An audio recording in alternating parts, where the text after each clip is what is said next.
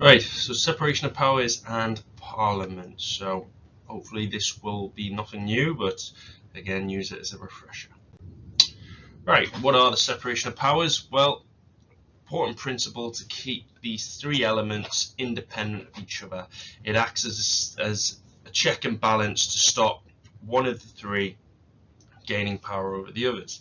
It's essentially to stop a state turning into a dictatorship. There is an overlap sometimes, especially in the UK, because I've said it before, the Prime Minister is part of the executive because he's Prime Minister, he's in the governing party, and in the legislatives because they would be an MP. Different from the US because the US only is the president who is only part of the executive. Right, okay, so make sure you know these. You must know them. Three key terms. So the legislature is the UK Parliament, Commons and Lords, judiciary, the courts, executive is the government. Okay. Right, a little bit more details. So in the legislature, this is the body that makes the laws, the process, the debates in Parliament between the Commons and then to be checked in the Lords. So what is the executive? Well, this is the branch that makes decisions. They propose laws that then go to the legislature. This is the core executive based around the Prime Minister and their cabinet. They need to ensure that political policy of the party is followed through in government. That's their executive power. Okay. Judiciary, again, the third element. The judges, this is basically the legal process. Supreme Court in the UK has limited powers to challenge laws that have been made by Parliament. There are decisions made by government ministers and by Parliament can be challenged in court, and often legislation is not clearly worded, so judges have to make a determination regarding its meaning. The judiciary is meant to be separate and independent from the other two elements. It can become political by the decisions it makes. If the government does not like the interpretation by the judges or the way the law has been interpreted, it can review the situation and draft new laws or regulations to achieve that. Okay, a little bit of a case study. This is the use of special advisors. Again, if you're looking at this, do this as just a little practice. Think about these specialist skills that the advisors offer and the role of civil service and the problems with just purely relying on the civil service. Special advisors, again, Dominic Cummings being one of the most important ones of recent years, and potentially the power they can accumulate. Okay, bicameral parliament, you should know this, two parts, House of Lords and the House of Commons. So what happens in the House of Commons? 650 people, members. They are made up of the constituencies around the UK. The party who wins more than half the seats can form a majority and will ask the King now to form a government. They will be responsible for drafting bills. Senior ministers will normally get a cabinet seat. Again, Prime Minister and Cabinet are the executive branch. Then we debate laws, and that potential law or issue will then go to the Lords. The Lords, there's 800 of them, unelected. They're not paid for the work. They do get expenses, travel allowance, etc. Some belong to political parties. House of Lords Act in 1999 abolished hereditary peers. That basically means you can't just pass on your lordship to your son or daughter. There's life peers appointed by the government. There is still about 90 hereditary peers there, which aren't allowed anymore. And you've got the bishops and archbishops. They basically scrutinise bills because they are meant to be experts. So they'll basically check the wording, they'll check the bill is right, and then if not, they'll push it back to the Commons to correct, and then wait for it to receive it again. Remember, they shouldn't really push back a bill or law that is part of the manifesto, because that would have seemed to have been agreed by the public. But again, that's an issue for the debate on whether we should have a House of Lords. Okay, strengths of having two houses. They basically check on each other. It's part of this accountability, this check and balance system. The two houses allow for greater in-depth analysis. It also means there's greater pool of experience, and again, the UK has a tricky unwritten constitution, and basically this system reflects its values, weaknesses. They don't agree a lot, so it can slow down the process. The scale of legislation that's been introduced, there's a lot of backlogs of laws stuck in between the chambers. Again, Lords are unelected, it's seen as undemocratic, and it's relatively expensive.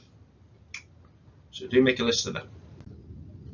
Right, so again, this is going over what we've already looked at, but do check it in comparison to the United States of America, because they like doing these as sources. Compare it to things like Congress, Parliament in the USA, and their representatives in the Senate. Great. General issues that could come up. There's been debates about reducing the number of MPs in the House of Commons to 600 and making the number of electors within each constituency more equal. Have a look at them. These are just things you can bring to potential evidence if you have a question regarding the bicameral parliament, the benefits of it against the negatives. Okay. Look at the scandals of expenses as well. Basically, MPs or Lords taking the mick a little bit with what they're putting down as the expense, like going out and having a lavish meal. So you can get food paid for, but not when you're going out spending a couple of grand. Right, the monarchy. So third element, the monarchy, they give royal assent, and they tick off any laws. It's like a final check and balance. They have the traditional rule, remember. They're meant to be non-political. Again, just have a look at how they work alongside Parliament. There's things like the Black Rod that I think we're going to have a look at later on, but that has a good role with the role of the constitutional monarch at the moment.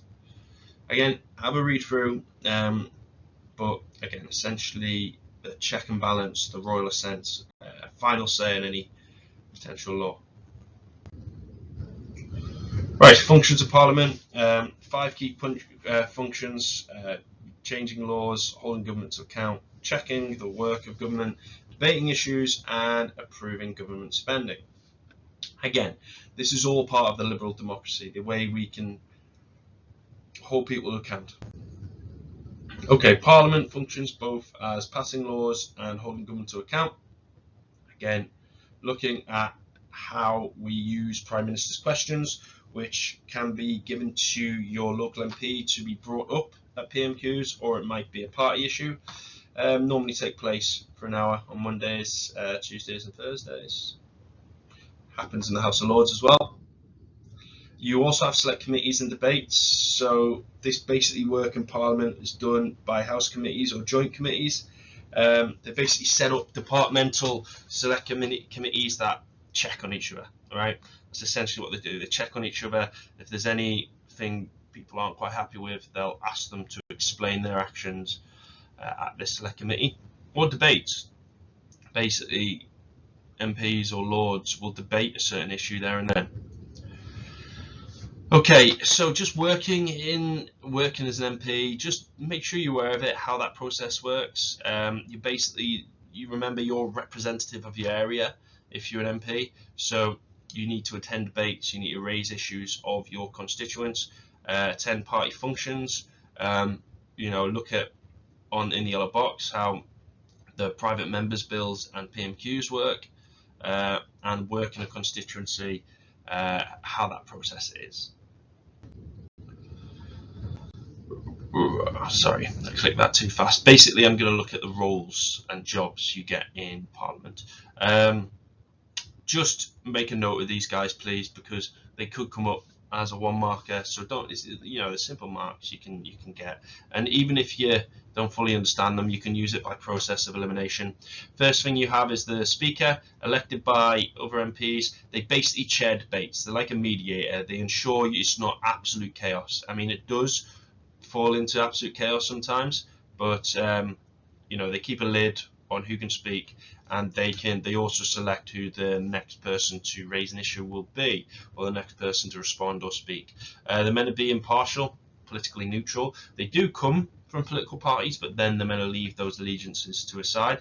They are not normally opposed at a general election by other major parties. They basically interpret the rule of the House, and they represent the Commons to the monarch. Right, you've got the deputy speakers. They basically step in and chair debates when the speaker is not there.